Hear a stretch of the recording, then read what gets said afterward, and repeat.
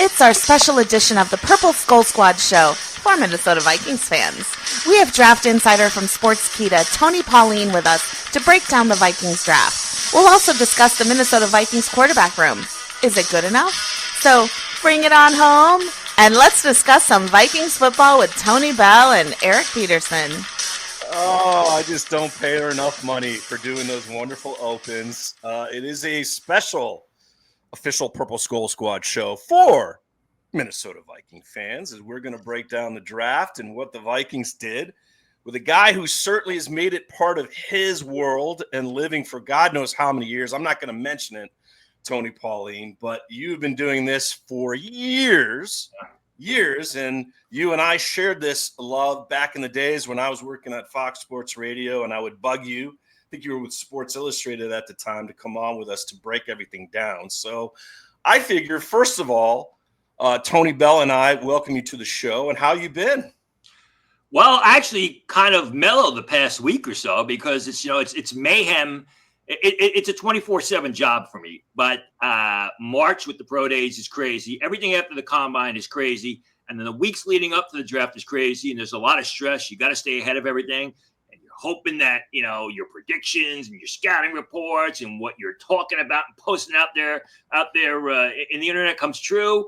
And all of a sudden the draft is over and it stops for 2 weeks. So right now I'm actually very relaxed and in a good mood. That wasn't. But I know, and I'm going to ask you this in just a moment, that you already have 2026 in your sight line. And it's interesting because out of all the things that I've read, you're the one that doesn't have a certain name as highly ranked. And if we want, we can start with that, because people are already planning for the 2026 draft. And a lot of people are saying it's going to be one of the strongest quarterback classes. But Tony Pauline, tell us in our audience, you don't have Arch Manning as a top pick. There's another kid from Penn State that you have way ahead of him. And then there's the other quarterback as well. So just looking quickly before we break down who won the draft, the Vikings picks, and so forth, who do you think we should really be looking at for 2026 coming up? Well, I mean, on paper, it looks like it's potentially could be a real good quarterback draft. Now, you have to be careful, because a year ago, we were talking about guys like Carson Beck and Quinn Ewers and Shedeur Sanders and Jalen Milroe, all these guys, being first-round picks. And it never came to fruition. It turned out to be a bust. But on paper, I mean, it looks good. Drew Allar, he's got all the physical skills. He was tremendous as a freshman at Penn State. His game is kind of leveled off. It may have even regressed in certain points. But he made the right decision going back for another year. So he has just incredible potential, and scouts love him.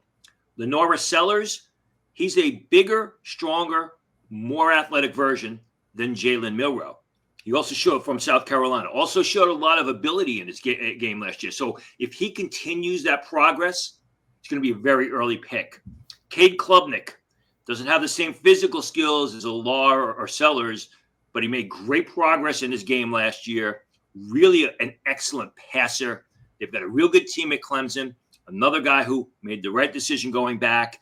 And he's got enough physical skills to play on Sunday, but he also gets it between the ears. So I think he's going to be a very high pick. And then I have Arch Manning. And I know there's incredible love for Arch Manning out there, but three things on Arch Manning.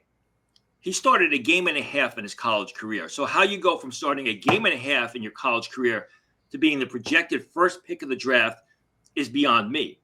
And the fact is, when Texas was struggling last season and Quinn Ewers was struggling last season and he was injured, and everybody in the college football world was screaming for Arch Manning to be the starting quarterback at Texas, Texas Longhorn head coach Steve Sarkisian actually stuck with Quinn Ewers when Ewers was back and healthy, rather than go with Arch Manning. And I think that speaks volumes. And the fact is this, Manning is being projected as the first pick of the draft as much for his last name as anything else. And didn't we just come off of a situation? Yes, we did. Where a quarterback was ridiculously overrated because of his last name. Yes. I mean, you're supposed to learn from your mistakes. So, no, I'm not buying into the Arch Manning being the top quarterback in the draft. I don't even think Arch Manning is going to enter the 2026 draft. If you look at the history of the Manning family, Peyton used all of his college eligibility. I mean, Jet fans were besides themselves. They were all excited in 1997. Jets, Bill Parcells takes over as coach. You're going to get Peyton Manning. And then he makes that announcement that he's going to stay in school. Eli Manning used all of his college eligibility. You think this family that has this experience is going to let Arch Manning enter the draft with just one full year of starting experience? Even Shedeur Sanders used all of his college eligibility. So I don't think Arch Manning's even going to be in the 2026 draft. Yeah, that's what's interesting. I mean, there's so much thought process to that happening. And as you mentioned, Tony, the whole fact would happen to Shedeur, right? I know you had a high grade on Shedeur, and it was drama. And then it's almost like the NFL benefited from it because a lot of people don't watch day 2 or day 3, right? And this whole Sanders thing captivated everyone. I was like, come on, someone's got to pick him. The Jets here. Let's go, Jets. Pick him because let's face it, the Cleveland Browns, who many projected had him as their first round pick in a lot of mock drafts, which is why you don't put too much into mock drafts. Yep. They got him as the second quarterback that they picked. And now they have like 4 or 5 quarterbacks. But your thought process, Tony, on the fall of Shedeur Sanders, and then Tony Bell will have the next question for you. But I mean, to me, it was captivating, and it was far worse than Aaron Rodgers. But Shedeur, do you think he has a chance? Because I know you were one of the few that really had him graded high. I know Mel Kiper, of course, pretty much went on a rage that it took him so long to get drafted. But what do you think of that whole situation, and what does it mean for Cleveland Brown fans who seem to be pretty excited that they actually picked him up as well? As well they should. Now, the thing about it is most of that was media-driven. I had him rated as my number 2 quarterback, but I had said back at the Combine, if you read my articles at Sportskeeda.com, I was one of the first to say his draft stock is dropping. There wasn't one thing that pushed Shedeur Sanders into day 3. It was a variety of things. And number one, you go back to prior to the 2024 season where scouting services that the NFL relies on had Shedeur Sanders as a mid-second round pick. So coming into the 2024 season, Shedeur Sanders is already graded as a mid-second round pick. Sometimes, quarterbacks with second-round grades end up in the first round. We see that all the time. They're overdrafted. Then you look at the 2024 season, and Colorado was on the TV every single weekend. Thanks to Dad. Well, exactly. But when you look at the 2024 film of Shedeur Sanders compared to 2023, there wasn't much progress. I mentioned that with Drew Allard. It was the same thing with Sanders. He was making the same poor fundamental mistakes, throwing with bad footwork, running in reverse when he was being pressured, holding the ball way too long because he's trying to improvise too much, putting the ball up for grabs. And then you factor in, he tried to throw himself out of trouble on Saturday, but he's not a really strong-armed quarterback. And that's not going to fly on Sunday, trying to throw yourself out of trouble, because the worst cornerback he's going to face on Sunday is the best cornerback he faced in the Big 12 because of the talent curve. And then his pre-draft process was an absolute disaster. And teams look at the pre-draft process as a precursor of things to come. It starts at the Shrine Bowl. A lot of people are excited. He's going to throw at the Shrine Bowl. He shows up, one day of practice, wears street clothes, walks across the field, gives a press conference, and then he leaves. Doesn't throw a pass. Then there's the Combine. He's sitting on the sidelines with the shiny necklace and his hat. He's not participating. And the interviews, as has been reported, did not go well. Remember, this whole draft process, the pre-draft process, is one big job interview. That's what it is. And he basically failed at it, at the job interview at every single point. And then there's the Dion factor, which I actually first reported back at the Shrine Bowl. I mean, teams were concerned that if they brought in Shedeur Sanders and they brought him in as an early pick, that if things didn't go the way Dion wanted them to go, he was going to be critical of that team. And, as any parent would be, but most parents aren't the head coaches of a major college football program and have press conferences every day of the week and have the bully pulpit of that press conference where people are basically asking them the questions. So that was a concern to teams. The criticism that they would be receiving, from Deion Sanders while he was a coach of Colorado, they would eventually have to answer for. And it was just a variety of things that built up, which basically pushed him. I thought he was going to go day 2. When he got past the 4th round, I said, okay, well, let's see what happens. Somebody's going to eventually take him. Tony Pauline is with us here with Tony Bell, Eric Peterson, and we're talking about the 2025 draft. We'll get into the Vikings in just a moment. Tony will set that up. Tony Pauline, follow him at Tony Pauline on X. Tony? One quick question. Today we just found out Derek Carr is going to retire. If you're the Saints, are you calling Cleveland for one of those quarterbacks? Obviously, they're going to need a quarterback. They took Tyler Shuck in the 2nd round, and teams like Tyler Shuck because they thought that he was the most NFL-ready quarterback. Do they have to call Cleveland? Cleveland's not going to keep all those quarterbacks on the roster. No. Kenny Pickett is eventually. They got 5 on him. Obviously, Deshaun Watson's not going to play this year. You got the 2 rookies. Dylan Gabriel is a backup anyway. I thought that was a bit of taking him in the 3rd round was a bit of a reach. So, do you trade for Kenny Pickett now? What is Kenny Pickett going to do? Kenny Pickett's never been a success anywhere in the NFL. He was overdrafted by the Steelers. They traded him for basically a 6-pack of beer and a pack of smokes. You got nothing for him considering they took him in the 1st round. And then he gets traded again. You can rely on Kenny Pickett. I think the interesting name to watch, and I reported this at Sportskeeda, is Kirk Cousins. Because Kirk Cousins is going to be traded by Atlanta. Who is he traded to? And the answer to that is whatever team is willing to eat the largest portion of his salary. And I think next year he's due $27 million. So if the Saints say, okay, listen, we'll trade for him and we'll take $25 million of his salary. I don't think Atlanta's going to really be too concerned with trading to an interdivision rival. So, obviously, all options are open for the with the Saints. The Giants. You look at the Giants. They signed Jameis Winston, and then they signed Russell Wilson. So, and then they drafted Jackson Dart. So, obviously, you would think Jameis Winston's going to be on the out the door. Does he want to go back to New Orleans? I don't. I think I don't know that the Saints are going to rush to get a quarterback. I think the Saints made the right decision bypassing the quarterback at 9 when everyone thought, or at least a lot of people thought, they're going to take Shedeur Sanders. They have a new coach there. He's got time on his side. You got a quarterback in the 2nd round. If he gets a veteran, that's fine.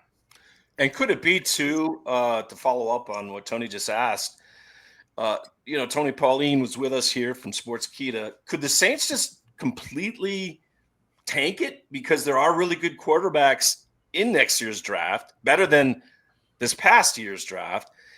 So, hey, give a rattler, just go with the guy you had last year. And if you only win 3 or 4 games, well, you'll have your choice of one of the top quarterbacks in 2026. Could that be an option for Kellen Moore and the Saints? Yeah, I think tanking is right. You don't say it that way, but the teams aren't going to tank. You got guys in the final year of their contract. You got head coaches' jobs. Even the general manager there has been hanging on a shoestring. I don't know. It's amazing that they keep him around. But to your point, I'm sure you can't really worry about this year based on what may happen in the following draft. Because like I said, the 2026 draft on paper looks good, but at the quarterback position, but then so did the 2025 draft that never came out to fruition. Could they go with Spencer Rattler and then eventually, see what they have with Tyler Shuck? I think that's a possibility. I don't think they're going to overpay for a veteran quarterback. Yeah. I've got the perfect selection for him, guys. With the first pick in the 2026 NFL draft, the New Orleans Saints draft quarterback, Arch Manning. Listen, Oh my! Daddy was there. I mean, it didn't go well for Daddy, but maybe the son will come there like his other sons did very well. Daddy in New Orleans had maybe 1 or 2 good years. Other than that, he was hurt and beat up and everything else. It was really a disaster. It wasn't Archie Manning's fault with how bad the Saints were back in the day, but They Archie were Manning just was bad. savior. It could be like the perfect storyline for the Saints, right? I mean, to move ahead. But I mean, listen, we just came through 3 months of nonstop. Where is Shador Sanders going to be drafted? True. The Giants Yeah. the Saints are drafting. Could you imagine if the Saints have the first pick of the draft and Arch Manning enters the draft? I mean, it'll be over. It would be high drama. We know that Goodell likes high drama. Here's a funny thing, though, with the NFC South. You can still tank and win the division. Yeah. You could win 9 games and win the division, or 8 games. I mean, that division is it's kind of on a downswing, right? I think Tampa's going to be pretty good. I think. Well, Baker has turned the corner, right? I mean, Baker's really become an elite quarterback. Baker has showed me a lot since he's been in Tampa Bay. I like Baker coming out of Oklahoma. I thought he'd be okay, but he's actually looked pretty good since he's been in Tampa Bay. Well, I mean, you were talking about Mel Kiper before, and I think Mel Kiper made an absurd statement. I didn't watch the coverage. I saw a clip of it on social media about the league not being able to evaluate quarterbacks, which is absurd. The better statement is there are certain franchises that don't know how to evaluate quarterbacks, one of them being the Cleveland Browns, who drafted Baker Mayfield. I mean, the Cleveland Browns, as well as the New York Jets, are where quarterbacks old and young go to die. So to your point, whether it's Baker Mayfield, whether it's Sam Darnold, whether it's Geno Smith, I mean, they get talented passers who get out of a bad situation, a bad franchise, and they get proper coaching and get to a good culture, and you see them turn the corner. Yeah, that's a great point. I mean, we can name some Cleveland Browns draft picks. Tim Couch, it's painful, the existence of the Browns drafting highly and not being able to develop Baker Mayfield. So the Browns certainly is a quarterback place in which has not provided much success unless you want to go back to Bernie Kosar and way back in the day. So Tony Pauline is with us from Sportskeeda. We're going to get into the Minnesota Vikings in just a moment. Tony Bell will ask the first question concerning the Vikings draft. But I got just, it's really silly, Tony, when we sit here and we grade drafts as soon as they're done, but it's something that you read. And so if I was to ask you who had the best draft overall and who really failed, what would you say to our audience? Well, I'll take the second question first. As with all other outlets, Sportskeeda asked me to write an article about winners and losers as far as teams were concerned, draft weekend. And there weren't really any bad drafts. There weren't any drafts that I looked at, the names on the piece of paper, and I was like, holy crap, what were they thinking? So I didn't think that there were really any bad drafts. I thought that Denver maybe had a questionable draft, taking Jahdae Barron with the first pick and passing up Omarion Hampton, passing up some of the receivers that were available that would have probably emboldened and really helped Bo Nix in year 2, passed up Matthew Golden, who would have added some speed to that receiving core. I think that R.J. Harvey was drafted a little bit earlier than most people had him rated. Pat Bryant was definitely drafted, the receiver from Illinois, drafted earlier. I don't think it's a bad draft. I just think, I would have gone with one of the offensive players early on and then maybe getting a better running back in day 2. As far as the winners, well, first of all, you got to go with the Philadelphia Eagles. I mean, don't they always win, Tony? I mean, the Eagles are amazing at this process. They do the best job. That's why Howie Roseman, to me, is the best executive in the NFL. Absolutely. I'm here in New York, and I wrote an article when the Jets once again, were in the news because they screwed it all up. And I said, if Woody Johnson really wanted to win, he would go to Howie Roseman, give him 10% equity in the team, and have him come in and run the show. Woody Johnson's never going to do that. And, but again, you look at the Eagles draft, and I think the big problem with the Eagles draft is there's not enough room on their roster for all the players they selected. And all the players that Roseman selected throughout the draft will be on a roster, maybe just not the Eagles roster because they don't have enough room. I think the Patriots did a terrific job Will Campbell, I mean, there's some questions about him, but if he develops, they got a terrific left tackle to protect Drake May. Travion Henderson is a great complement to Ramondre Stevenson. They've had problems in that organization for years now developing wide receivers that they select early. I think Kyle Williams may break that mold. I thought the Giants did a good job. Abdul Carter with the 3rd pick of the draft. He was the best player in the draft. They didn't go crazy for a quarterback. Yeah, they traded back up for Jackson Dart, but in essence, they gave away a 3rd-round pick in 2026. The 3rd-round pick they gave away this year was a compensatory pick that's like money in the bank, and it was basically an early 4th-round choice. Obviously, the Eagles, I think the Giants did well. I think the Patriots did extremely well, and I also like what the Seahawks did. Great. You're watching the official Purple Skol Squad show for Minnesota Viking fans. Tony Bell. Let's get to Tony on what our Vikings got done. Well, first question, the Vikings didn't have a lot of picks. No. How well do you think they did with their picks, though? They did get a day one starter in Donovan Jackson. Right. I mean, and there was word, and I had reported a couple times that they wanted to trade down to get some extra selections, another day 2 selection. They were unable to do that. I think overall the class, I like the first 3 picks a lot. The 4th selection, Kobe King, has got potential. I am surprised that they didn't get a cornerback out of this class, or they didn't at least draft a cornerback. I know that they signed one as an undrafted free agent, Zamiah Vaughn of Utah, to keep an eye on. But I think number one, when you look at Donovan Jackson, if he wasn't a late 1st-round pick, he was going to be an early 2nd-round choice. Terrific zone blocking guard. Was forced to play left tackle this year at Ohio State because of injuries. He's not a left tackle, although as the season progressed and as Ohio State went through the college football playoffs, he did a real good job at left tackle.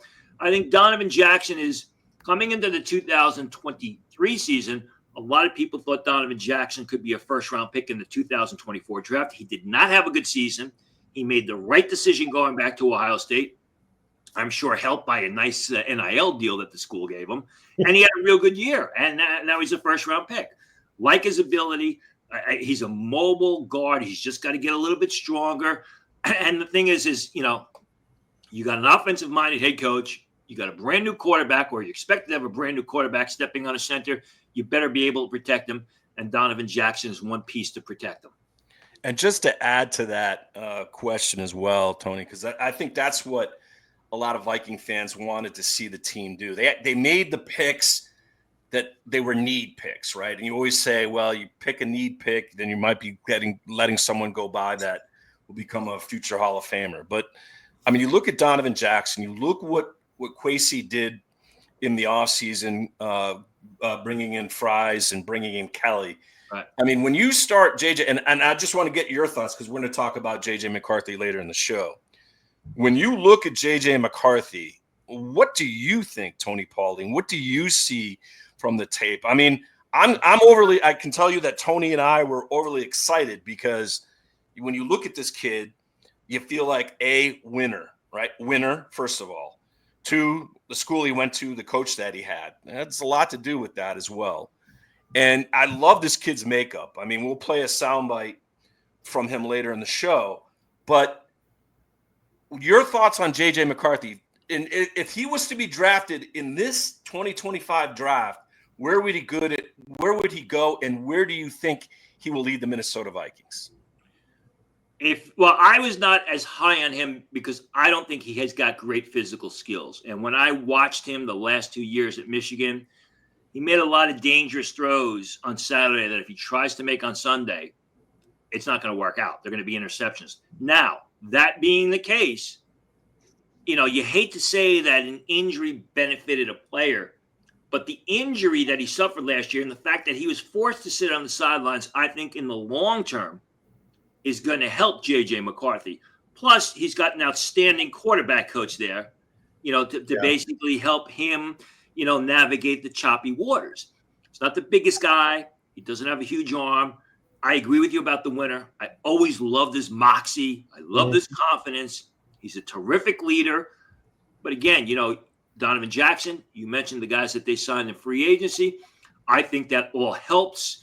You've got some, you've got some veteran leadership at the running back position. You've got some outstanding receivers. So the ingredients are there for J.J. McCarthy to succeed. He's just got to stay away from the dangerous passes. As far as where he would have gone, probably would have been the second quarterback taken. Cam Ward, I think, without a doubt, would have been the first quarterback selected. If J.J. McCarthy, there was word last year that the Giants liked J.J. McCarthy. Would they pass up on him this year with the third selection? 50-50. If he gets past the Giants, I think there's no way he gets past the Saints at 9. Yeah, it's interesting. I guess it's when you're drafted as well. And the Giants were certainly one of the teams that were interested in him last year. And, of course, the Vikings made that strange trade up with the Jets, one slot, because there were rumors that apparently Sean Payton was flirting with the idea of McCarthy before he went with Bo Nix. But it will be interesting to see his progression. We're all excited. But, again, he's got a lot to prove. This is the pro game. We got to keep our feet on the ground. But everything you see about this kid, Tony, it's just his moxie. The way he addresses the media is phenomenal, by the way. He masters everyone's name. And he's like, that's a great question, Kevin Seifert. That's a great – so it just seems like you're right. I think 1 year of seeing and learning in the quarterback room, getting Kevin O'Connell coaching, right? And then, of course, McCown being there, big help as well. And seeing what Sam Darnold did, learning under that situation, you're right. I think that's going to be a huge advantage for the Vikings going forward. So is there any one pick, Tony, when you look at the Vikings, maybe because I was unsure of Felton. I really didn't know much about him. That kind of was a curveball. I didn't expect the Vikings to go wide receiver that early. But again, there's questions about their third wide receiving position with Jalen Naylor being that guy. Is there anyone in the or maybe it's an undrafted rookie that you saw the Vikings sign that you're excited about for them that maybe slipped through the cracks? Well, I was a big Felton guy. I think it's a curveball because the Vikings wide receiver room is pretty crowded. Mm-hmm. But I thought all along, I was one of the few people that had Felton graded as a third round pick. Now he's got excellent length. He catches the ball well. He's fast. He plays fast. He needs to improve his route running, but he is a vertical threat. And really, I like his progression on the field at Maryland the past 2 years. I thought Tyrion Ingram-Dawkins was a real good value in the 5th round. He's a guy that I think will be a rotational player early in his career. Just has to develop physically, get a little bit stronger, but he's a good athlete. Kobe King, you're looking at a backup inside middle linebacker that can play special teams. Gavin Bartholomew has decent physical skills, but he's never been overly productive. So, somebody's got to light a fire on him and, get him to play up to his ability. I do think that Ben Urasek, the tight end from Georgia by way of Stanford, who they signed as an undrafted free agent, was a terrific signing. The guy's got excellent length. He's a real good tight end, pass-catching tight end that I think will compete for a roster spot. It wouldn't surprise me if Max Grosmer makes the roster as the third quarterback. If he doesn't make the roster as the third quarterback, I think he will absolutely be a practice squad prospect. And they signed Tyler Batty, the defensive end from BYU. Yeah. And, I've seen him listed as an outside linebacker. This guy's going to make the roster. He's going to make the roster as a defensive end. He's not a flashy pass rusher. He's just very good in every single aspect. He stops the run. He can rush the passer. He plays with great leverage and fundamentals. You watch the BYU tape, their opponents are constantly double teaming him because he's always making plays. Batty is a guy that I thought was just a tremendous signing for them. I think that's the exciting thing. I think Tony Bell, right? Brian Flores getting to work with some of these guys. Yeah. That's going to be tremendous because I think the athleticism, I think the one thing the Vikings were ahead of the curve on, they really went for the athletic. The RAS score that we talk about, they drafted some extremely gifted athletic guys. Now, is it going to, flourish on the field? Will they develop into all-pro players? Well, that's what the coaches are there for. And that's what Flores is going to try to do. And that's what Kevin O'Connell is going to do with Felton. But enough of the football talk, Tony Pauline. Before we let you go, the three of us here share a love, an absolute love. So if you're a fan of this band, I took it down. yeah, I see it. There it is. I had, the 2 weeks before. You through the years have sent me some of the greatest stuff anyways. But the big question to ask, if you have not seen Becoming Led Zeppelin, and you need to see it because you need to learn about four of the greatest musicians in one band of all time. And there's no way that you can argue that because no one can compete with what this band had as far as talent goes. But watching Becoming Led Zeppelin, and you had a funny response to me because I've seen it. Tony, did you get a chance to? Haven't seen it yet. You haven't seen it yet. Okay, I don't want to ruin it for you because it's. Well, it's fun. I'm still going to watch it, whether I hear about it or anything. I'm still going to watch it. You talk about it. Is there going to be a being Led Zeppelin? And then you responded with this, Tony. You said, "Well, Eric, there was a being Led Zeppelin. It was called." The song remains the same. The song remains the same, but it leaves you leaving like me because they didn't talk about Zeppelin 3. It didn't talk about Zeppelin 4. So I ask you, Tony, as an aficionado, as a diehard Zeppelin fan like myself and Tony Bell, the best bootleg in your collection, and I know you've sent me, I think you sent me what you think is, but let's see, is? Well, I'm going to have to go with Magical Sound Boogie from the June 6, 1997 Madison Square Garden show, only because I was there. Yes, I know. I get you, right? I get you. So, I mean, that is my favorite. I mean, I like the Brussels 1975 bootleg because that's the warm-up show right after Physical Graffiti was it hadn't even been released yet. But Physical Graffiti was completed. They did 2 warm-up shows in Brussels before they branched out on their American tour. They do When the Levee Breaks live. They do the Wonton song live. They don't do like a 26-minute version of Dazed and Confused. They don't do a half-hour version of Moby Dick. And they just do a lot of songs live from Physical Graffiti, which is the greatest album of all time. I agree with you. Yeah, right? What would you say? I mean, because a lot, obviously people are going to say Led Zeppelin 4, right? Because of. Well, hang on. You cut me off here. There's two more bootlegs got to talk about. Live in Copenhagen in 1971, and that is that was a tour where Zeppelin 4 had not been released yet, but it was completed. And that bootleg that concert is the only time they ever did 4 Sticks and Gallows Pole live. And as a matter of fact, when Plant introduces 4 Sticks, he says, "We don't have a name for the song yet. Maybe by the end of this, we'll figure out a name for it." And then they break into 4 Sticks. And I mean, it's great live. And then 1970 Live from Blueberry Hill, which is one of their most famous bootlegs. I like that because it's one of the few times that they did Out on the Tiles, or anyway, on the bootleg did Out on the Tiles live, and that's my favorite Zeppelin song. There's one song, and I have to ask you this, and maybe Tony Bell can add to this as well, that Jimmy didn't like to play live, and maybe it's because of the complex nature of the guitar playing on it, but was Heartbreaker. But if you were to say, like, the one song of their catalog that you could hear live on any one of the stuff that you haven't heard yet or haven't seen yet, what would that one song be that they performed, Tony Pauline, that you were just like, I'm driving, this is going in, let's go?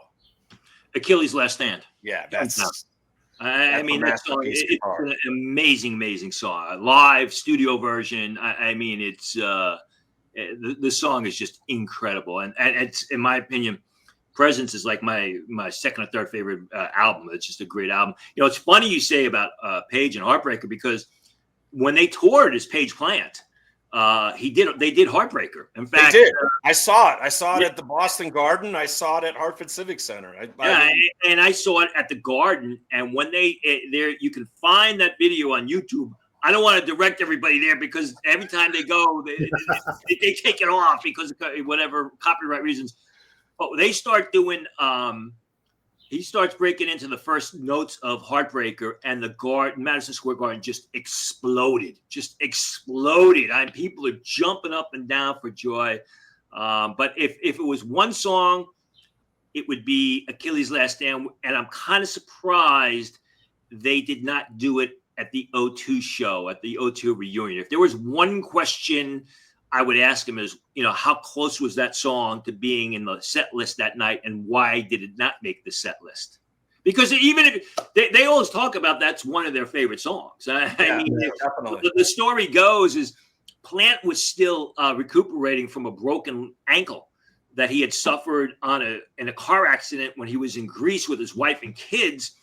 And when he heard the final version of it, he got so excited. Evidently, he ran and then he tripped and there was a big crack. And they thought that he had broken his ankle again, but he didn't care because he was just so excited about the song. So I'm wondering why they didn't do it during the O2 show. Well, there's only so many songs. Their catalog is so broad, right? And the thing that was magical about O2 is that Page got Plant to do Stairway to Heaven. So that was, and I was at the show, gentlemen, at the Hartford Civic Center in 1995, and it's in there for YouTube, okay? Where Jimmy Page started playing. And they did it at the end of how many more times? They did it that entire tour. He did the first couple of notes of Stairway to Heaven.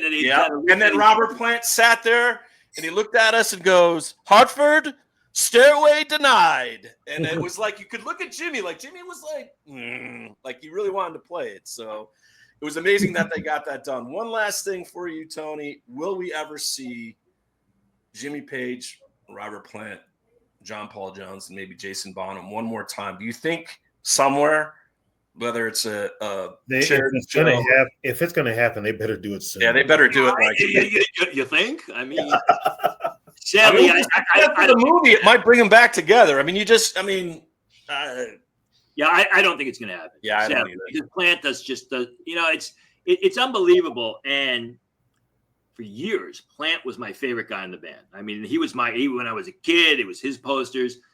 But he just seems like to be. He makes these condescending comments about Zeppelin at times, and it's like, well, it's in the past. I don't care about it. It's like an albatross for him. Yeah, he does. He very seldom wants to talk about Zeppelin. But the thing is without Led Zeppelin, Robert Plant is a warm-up band. I mean, Robert Plant is making it because he was the lead singer of Led Zeppelin. If you've ever been to a Robert Plant show, and I've been to most of them when he came to New York. I've walked out on one of them, Tony. Since 1983. Yeah. And when he started doing Zeppelin in the country style, 88, or whatever, American, 88 tour, whenever he does a Zeppelin song, the temperature in the crowd rises 40 degrees. It does. So to sit there and deny it or talk badly about it, give the people what they want, Robert. I mean forget about giving people what they want. It's what made Robert Plant. Yeah, no question. I mean, it's what made Robert Plant. Why talk bad about it? No one's trying to pair him up with Alison Krauss if he was not the prior lead singer of Led Zeppelin. That's right. Yes. And I agree with you. I mean, I last time I saw him was 2015. I can't take that bluegrass crap. I couldn't. I walked out. We were at the Greek Theater. Quality Control, who just played that sound effect. Her and I looked at her. He started playing a Whole Lot of Love in some. I had to. What is this? Yeah. And I thought to myself, if Jimmy Page was on stage with you right now, he'd punch you in the face. So bad. And we were walking out of the theater. We were walking out of the Greek Theater as this country bluegrass Whole Lot of Love baloney was going on. Here's the thing. I looked to a fellow Zeppelin fan and goes, I had to leave. And he goes, yeah, this is crap. I'm like, when did Robert Plant move to Kentucky? Well, he always liked going to Nashville. I mean, he was always a Nashville fan. And when he was living in Austin with, I forget her name. It's sort of quasi-wife, right? Or there's exactly. But he actually drove through the Mississippi Delta by himself, and he took a trip through the Delta to kind of get an idea of what he had been singing about with Zeppelin, in the late 60s and early 70s. But I know he was, because of Nashville and Memphis because of Elvis and all the original American rock and rollers that started. Right, Robert Johnson, Willie Dixon, stuff that Led Zeppelin obviously were inspired by and used in their catalog. Yeah. Yep. So, Tony, it was a pure pleasure having you on. Tony Pauline from Sportskeeda. Read his stuff. It is amazing. Follow him on X at Tony Pauline. As I let you go, Minnesota Vikings draft grade would be? Well, they had a limited number of picks, so it can't be that high. If I was going to give it a grade, I would say a B because of the limited number of picks. I think they got an immediate starter with Donovan Jackson. I think they get a guy in Ty Felton who will produce as a rookie. I think Ingram Dawkins is somebody that, 2 years down the road is going to be a real good player. Kobe King, you're looking at a backup linebacker, special teamer. And, I mentioned Tyler Batty. Chaz Chambliss is another guy, undrafted free agent. I'm looking at the list here, who I think could make the depth chart as a outside linebacker, special teamer. So I would say B, but listen, as you were alluding to, we got to wait for 3 years. You gotta wait. Yeah. Well, 3 years and we'll grade this thing, right? Well, you can tell you're old school like me because you're supposed to wait 3 years, but people want to know the results within 3 weeks. They want to know now. New generation wants to know now. They want instant gratification. There's no waiting. There's no patience, right? There's no Guns N' Roses patience going on with fans with their teams. So why did you have to put Guns N' Roses in there? Because I had to throw it in there. Tony Pauline, let's do this again soon, my friend. Absolutely. Let's talk Zeppelin. Let's do a Zeppelin show. I mean, that would be fantastic. I could do that for an entire week. We'll go through the About catalog. 30 minutes. I could do that for a week. I know. We could do it for a year. Let's get it sponsored. Make some serious money on it. We'll do the Zeppelin Hour with Tony, and yours truly. Tony Pauline, thank you for being on the show. Thank you for having me. Have a good one, Tony. All right, Tony Bell. Now that we had Tony Pauline talk about the draft, let's get into a couple things that I know you and I were discussing as far as topics that we got to look at for the Vikings, right? Their quarterback room. The question that we're asking you out there, and on the page, it's up there. Please answer the poll. Do you think J.J. McCarthy is ready? Are you excited that J.J. McCarthy era is about to begin? Just say yes or no. Now, there's a twofold look at that. Yes, J.J. McCarthy, Tony Pauline told us, has a lot of things he's got to learn. So we're going to see some rookie mistakes. We've got to accept that. But if something was to happen to J.J., the rest of this quarterback room, Tony Bell, are we okay with Brett Rippon? Are we okay with Sam Howell? Obviously, Brosner. I mean, he's a developmental guy probably. But are you okay with this, Tony Bell, moving forward? Or do the Vikings have to do one more thing? I'm okay with it just because of KOC. If KOC can win with Josh Dobbs and all these other, he made Nick Mullen look like Johnny Unitas there for a few weeks. I think he's fine. Rippon is probably the odd man out. I would go with Brosmer just because I'm a hometown pick, but I'm fine with Howell. I am. I am too. And here's the thing with a back quarterback, Tony, right? When they come into a game, you usually have to throw the ball a lot because obviously it's a blowout or you're down or something happened to, God forbid, we don't want it to happen, but maybe JJ's hurt or concussion. You got to come in there. I like Sam Howell. He's a guy who's not afraid to throw the football. Now, like Nick Mullins, he probably doesn't always throw it to the right guy. Right. KOC can fix that. I think KOC can work with that. And I'm also expecting this year KOC to run the ball. So I'm hoping he runs the ball more than he has the last 3 years. Right. That helps right there. That helps McCarthy. That helps all of your quarterbacks. It helps everybody. So let's just listen to J.J. McCarthy. He had his press conference. First time we really have heard him talk in a long time. And I just want you to listen to this because it's just tremendous how he addresses. And Kevin Seifert asked the question. This is from Minnesota.com. If you missed it, you can go there. This is the Vikings Sports Entertainment Group. They have this up, his presser. But here's how J.J. McCarthy answered the question we want to know. Are you ready? Do you think you're ready to start? I know I'm ready to start. I appreciate that question, Kevin, because all the work I put in and just the confidence in my skills and abilities and just being able to do my job, simplify things to, the best of my ability every single day, and, just take it one day at a time, one play at a time, and, I have a tremendous coaching staff, a tremendous group of guys around me that I can lean on, and they can lean on me. I think that's the key right there. They can lean on me. They know that I'm going to come forward and give you everything I got. And that's the one thing that maybe, when you watch the Michigan tape, was JJ throwing the ball a lot? Not necessarily, but it wasn't the offense that Jim Harbaugh was running. And Jim Harbaugh has been on record saying, Tony Bell, that I might have retarded JJ's growth because he can do those throws. Mm-hmm. I don't agree with Tony Pauline that he doesn't have a strong arm. JJ McCarthy has a cannon of an arm, and you can see it on some of those throws. If you just look at the precision, I think TJ Hawkinson said this in a podcast.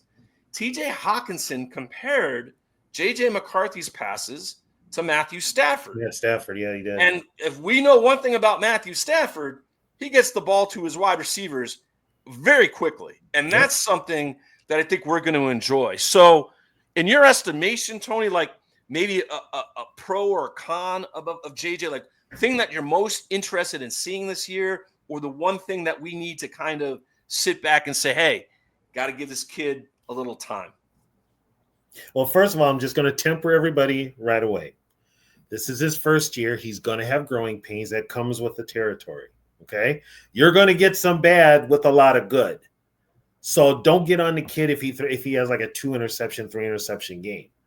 Don't get on him. He's got to learn. This is on the job training for him. But he has the coaches. The coaches have his back. Those players have his back. Many of these fans have his back. This era of McCarthy football is gonna be something special. I agree. I absolutely agree. This is now where we've got our young quarterback. We've been crying for years, get a franchise quarterback, which we haven't had ever. Well, Tommy Kramer, Tarkin wasn't a franchise quarterback. Dante might have been, but injuries, right? Dante might have been, but injuries. But this is truly our franchise quarterback. But yet you've still got some of the fan base that are like, we want a veteran quarterback. Sign it, because you can understand, right? You can understand the fan base is a little, when we draft a quarterback, Christian Ponder, it's sort of like, we don't do this well. Like not as bad as Tony Pauline says the Jets and Browns do it, right? But for the Vikings, it's we are scared because of what we went through with Christian Ponder. Yes. We have Ponder and Bridgewater. Yeah, and Teddy. Well, Teddy would have been. That's what's really sad. And again, Teddy would have been major knee injuries, right, with the Vikings. If it wasn't for a certain Viking player stepping on him.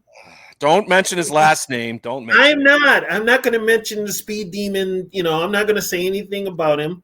If it wasn't for him, Teddy wouldn't have had the knee injury. But now that we have a franchise quarterback who has got rave reviews, he's been praised. Hell, his former coach in San Diego, Jim Harbaugh, would probably trade anything to get him back. I would. You know what? If he was allowed to trade Justin Herbert, he might have made that deal. He might have made that deal. He might. I mean, he loves JJ McCarthy. In his estimation, he said that he's the best quarterback from that amazing draft. Yeah. Where Daniels was drafted, Nix, May. He would put JJ McCarthy ahead of him. And the fact that I don't necessarily agree with Tony Pauline as far as I think JJ would have been ahead of Cam Ward. But, hey, that's up for debate. Tony knows more. I saw a couple of games of Cam Ward. I wasn't impressed. I really wasn't. Now, granted, of course, JJ's in my conference, so I'm going to see more Michigan games than I am where Cam Ward played. But sure, from what I saw with JJ, the kid, he's ready. He's got the attitude. We haven't had a quarterback with the attitude up here since probably Tommy Kramer. Yeah, I would agree. It's been a while. And he's got that toughness. Former hockey player. Look at that. Look at the eye. He's going to have the eye paint, the warrior paint. And I'm going to tell you something right now. He is starting to fight with some defensive lineman this year. Guaranteed he is going to start something with some defender. He's a tough kid. I love it. All right, whatever quality control. You just pipe down there with your Patriots. Since they got Drake May in New England, all of a sudden they're going to run off 6 more Super Bowls? Give me a break. Yeah, well, they did have a good draft, but, we'll see. we'll see. I mean, we got to worry a little bit about our draft because we don't know how these guys are going to really project in the pro game. But I think this kid's going to project. I will say this about our draft: we got a day one starter in Donovan. That's all. I mean, what more can you ask for? Yeah. That offensive line, and let's just segue this into this because I think I know where you're going to go. But as far as the positionings of the Vikings, the best, most exciting position that you have for the upcoming season, Tony Bell, to watch, to break down, would be the trenches, offensive line, offensive line, and defensive line. Because you didn't go out there and get Hargrave and Allen, and then you've also got I'll call him. What is it? Ingram Dawkins. Yes, right. You've got him. He's a 3 technique. I think he's a pure defensive end. And what about what Tony said about Tyler Batty? I mean, he thinks he could be a starter at a defensive end position. How That's did adding he a little get extra fire drafted? there. When he said the name, I'm like, Batty. And I'm like, BYU. How does this guy not get drafted? I don't know. I saw him in some, again, mock drafts going as high as 3rd round, 4th round. Yeah. And the Vikings were quick. The Vikings, see, not having that many draft picks, they were able to negotiate earlier with some of these agents of these players. And there could be 3 or 4 UDFAs once again that make the team. The offensive lineman Brown is tremendous. He might beat out somebody as far as the backups go. Yeah. Brando might be without a job because Brown's better. I don't know. There could be some guys. You're going to have a shakeup on the D line and probably in the linebackers, which is a good thing. Yes. It also means you could actually move around some pieces, trade, get more draft collateral. We've already got like 8 picks next year.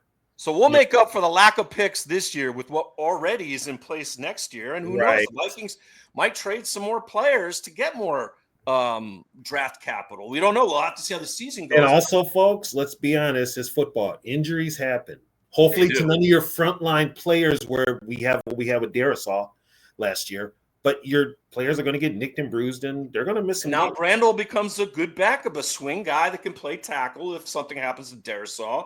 Donovan Jackson can good flex out to the left tackle position. You have depth. So that's what's really exciting about looking at next year's team. The only question mark I have is center. I know. If something happens, and he's been hurt. Yeah, and Kelly has been hurt. Ooh. I don't trust Juergens. I don't know. I know Kwesi said all those nice things like we really were interested, but I don't know if he makes the team. They could be one of the undrafted guys, or who knows? Maybe they sign another center. He might not make the team because he looked really bad. And I know you got to take these exhibition games, these preseason games, is sort of you can't read into it too much. But he looked absolutely. He looked when he got pushed back on that one on the field goal. On the field goal. Yeah, when he got and it's not like these were starters. These are 3rd and 4th and UDFAs, and he got pushed back pretty bad. I'm like, bad. Yeah, he's not going for the NFL. That was embarrassing. The position that I am looking forward to seeing this upcoming year is the wide receiving room, and it's deep. It's at a position where let's look at these names. I mean, Rondell Moore is like the X factor. If he's healthy, that's a big question with him. He's smallish. I really think, Tony, that they're going to utilize him like a Deebo Samuel. They might even have some running plays for him. Mm-hmm. He could be a difference maker on special teams, returning punts or kicks. He's obviously taking over for Brandon Powell, but I think he has a much higher upside. The question is, because of his physique, will he be able to take a punishment? The thing with this wide receiving room right now is he's not going to have to be on the field a lot. They can utilize him on certain plays that fit his strength, and he'll make it better. We already heard what Tony Pauline said about Taj Felton. That might already have the number 3 wide receiving position locked up over Jalen Naylor. And then, of course, Jordan and Justin, 2 of the very best. So this is a very, very deep wide receiving group. And your thoughts, Tony, on what you expect to see from these guys as we get close to, obviously, full core training camp and then the preseason? Well, we talked about it off air, the Jordan Addison situation. The NFL hasn't said anything yet. I don't know what they're waiting for. So I'm going to assume he's not going to get any type of suspension. So your opening day receivers are Jefferson and Addison. Now, number 3 becomes important now. Jalen Naylor is on the final year of his rookie contract. You could look at moving him. Yeah. You've got Felton, who he's like Tony said, he's got a great vertical game, which helps out. Rondale Moore is your wild card. Rondale Moore is going to be basically your offensive weapon. He could be those wide receiving screen. Just get him in space and let that speed just take over. And that's where you're going to see him. Wouldn't shock me if there is a UDFA wide receiver that is still on the roster come opening day. A lot of people still like Lucky Jackson from last year, and Yes. the kid from Syracuse, and I'm forgetting his name right now. Is it Jackson? Jackson's from Syracuse, I think. Yeah, there were some guys that did really well in Right. preseason last year that were on the Vikings practice squad. And there probably is going to be another Moss in training camp. That's right. That's exciting to see, right? So that's going to be interesting. But I think the odd man out to me, because, he had games where he looked great last year, but then he didn't, was Jalen Naylor. But I will say this. I mean, on that 97-yard touchdown run of Justin Jefferson last year, all of a sudden, here's Jalen Naylor just sprinting to make a block. I'm like, he comes out of nowhere. So his speed, he's got the speed. It's just sometimes the hands. The consistency. And the fact that, unfortunately for Jalen, he's injury prone. And that's – he just always seems to have an issue, misses a couple games every year. So for Jalen, this is an important year for him. He's going to have the competition now with Rondell and Taj. He's got to come out and really impress and get himself in the best physical condition so that he can try to win that wide receiver. Here's the thing now, you've got KOC as your offensive play caller. He does want to run the ball, but when you've got this many weapons at wide receiver, he's going to want to throw. Yeah, I know. It's going to be so interesting to see with KOC, right? Yeah. And as we get to our final thoughts, this will be my final thought, and then you finish it, Tony. Kevin O'Connell's got to learn to run the ball more, and he's going to do it. I really do think he's going to do it now because there's no excuses. Because if he doesn't do it with a revamped offensive line, the interior is strong now with Kelly, Fries, and Jackson, and you obviously have two of the best tackles in the NFL. So and you got a great blocking tight end, maybe the best in Josh Oliver. So you got 6 guys up front who are tremendous at blocking, run blocking. You've got to make sure that Aaron Jones, make sure you monitor his carries early in the year, and you got the beast in Jacoby Mason. And I still think Ty Chandler's underdeveloped. I think there's another level to Ty Chandler or whomever they decide to use as the third running back, because as I said, Rondale Moore, you might see plays for him as the wide receiving / running back because of his speed, right? And it's an exciting thing, but you're right. Kevin O'Connell has to expand himself, has to buy into it, because running the ball, Tony Bell, helps out the defense. It helps out your young quarterback. It helps the time management of the games. When you control the ball, you control the clock and the game. And those things are pivotal, especially for a younger team like the Vikings. The Vikings do have a lot of veterans, guys that up their age group, but they have a lot of young players now, especially the quarterback, right? And you've got to make his ascension to the franchise quarterback level as easy as possible. And I really do think, and I sit there and I applaud Kwesi and Kevin O'Connell and Grigson and the Vikings ownership. They have done the best job possible to give J.J. McCarthy the best start possible. And so, in my estimation, and my final thought is the Vikings' potential is endless right now, and big things are ahead. Tony, take the floor. Barring injury, everything starts at the line of scrimmage. It starts in the trenches. You upgraded your offensive line. You also upgraded your defensive line. You've got some young horses in there that could help out the veterans. You've got some veterans now that offensive teams are going to be like, okay, we used to consider their front line a weakness, not anymore. So you've got to worry about that. And I will applaud Kwesi, Grigson, and KOC on this. They addressed those needs. Yes, they did. I mean, that offensive line is so much better, Tony. It really, really is. And they gave Brian Flores what he wanted, which was some studs on the defensive line, which, with Hargrave, with Allen, with some of the new selections, Dawkins, right, is going to be someone. Redmond from last year is someone I'm excited to see develop. Can he grow even into a more pivotal role? And then, of course, Batty and some. And listen, Gabe Murphy is there. Gabe Murphy's still with the team. Yeah. And oh, by the way, Tony Bell, what about Dallas Turner in year 2? He had a linebacker with 4.3 speed. He had 4.5 sacks last year. I wouldn't be shocked if he gets 8 or 9 this year. Wouldn't shock me at all. Wouldn't shock me if you see a defensive alignment where the Vikings don't have any defensive linemen out there. It's all linebackers. All linebackers and ends. Yeah. And ends. And I'll tell you right now, they didn't address the secondary. They did, but they didn't. But I think what they did was when you improve that pass rush, that automatically helps your secondary. In defense of Kwesi, in defense of Flores, they did address the secondary. They did bring in Rodgers, who a lot of people aren't talking about because he's not a well-known guy. Well, plus when you don't know him. You're going to know him. He's fast. He's big.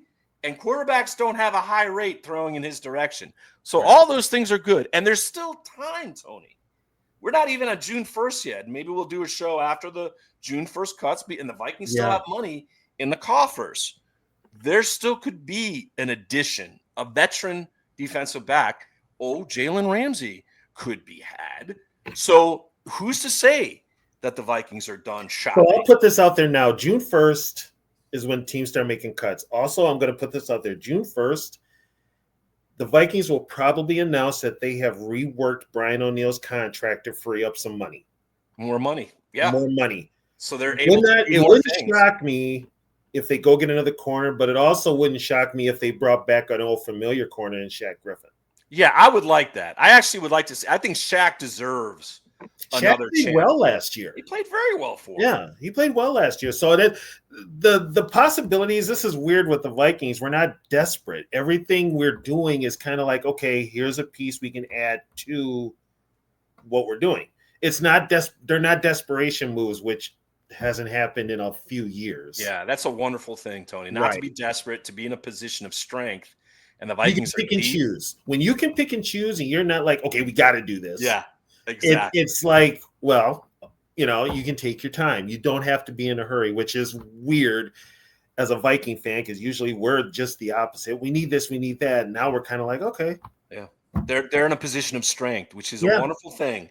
So thank you to everyone for watching us here. We're going to do more exciting stuff. We'll have more guests down the pipeline, but it's really important for Tony Bell, for yours truly, to wish all the beautiful mothers out there and all the people that meant so much to us in either our development or what a specific spouse has meant to the development of our son, because it's her weekend, Tony Bell, in this household. I just want you to know. Okay. So the wifey gets benefit of the Mother's Day. Mm-hmm. So it'll be her weekend. And to all the wonderful mothers out there that are watching us here on the official Purple Skol Squad show for Minnesota Viking fans, we wish you the best. We thank you from the bottom of our hearts. I love you, Mom. I know my mom's going through a little bit of a tough time right now. So I just wanted to say that I love you more than words, and we'll be back home soon. And to all of you mothers out there, thank you for all that you do for us. And I mean, when you look at it, Tony, I mean, something that your mom might have done for you, I mean, it's just an amazing thing what the responsibilities they have. Plus they have to keep us husbands in line, right? Or dads in line. With my mom, God rest her soul, she accepted the fact that I was a diehard football fan, that football was my life. And she accepted the fact that I loved heavy metal music. She didn't rip me for it. She didn't tell me to change. She was like, she let you listen to it in your room, which is sort of a nice thing to do, right? Yeah. And she, like she said, she didn't always understand it, and she didn't understand why they were so angry, but she it's like they have too much money to be angry. I'm like, Mom, it's a form of music. Okay. Yeah. But it's she form of was, entertainment. she accepted, she kind of, where my dad was kind of the jerk about it. My mom was like, it's who I am. So That's that what moms are. They're understanding, they're Yeah. tolerant, they're supportive continually. And there's really nothing better than when you have a great mom in your life that has developed you to where you are as a person. And Yep. again, to all the moms out there, to all the ladies watching, thank you and happy Mother's Day. We'll be back soon, Tony. We'll probably be back unless some big news happens after the June 1st cuts. There could be some surprises. There could be some additions. We'll be working on adding some guests to the program. So thanks for watching. Do like our YouTube page, please. Subscribe. It's free. Tell your friends about us. Like us. And as always, Tony, we bid you a good do. Have a wonderful Saturday and weekend. And Skol. Thanks for watching. We'll have all the latest Vikings news right here on our page. Tell your friends about us. And don't forget to like and subscribe to our YouTube channel. We love your input. Let's grow this thing. The boys will be back soon as June 1st is right around the corner. Have a great weekend. Skol!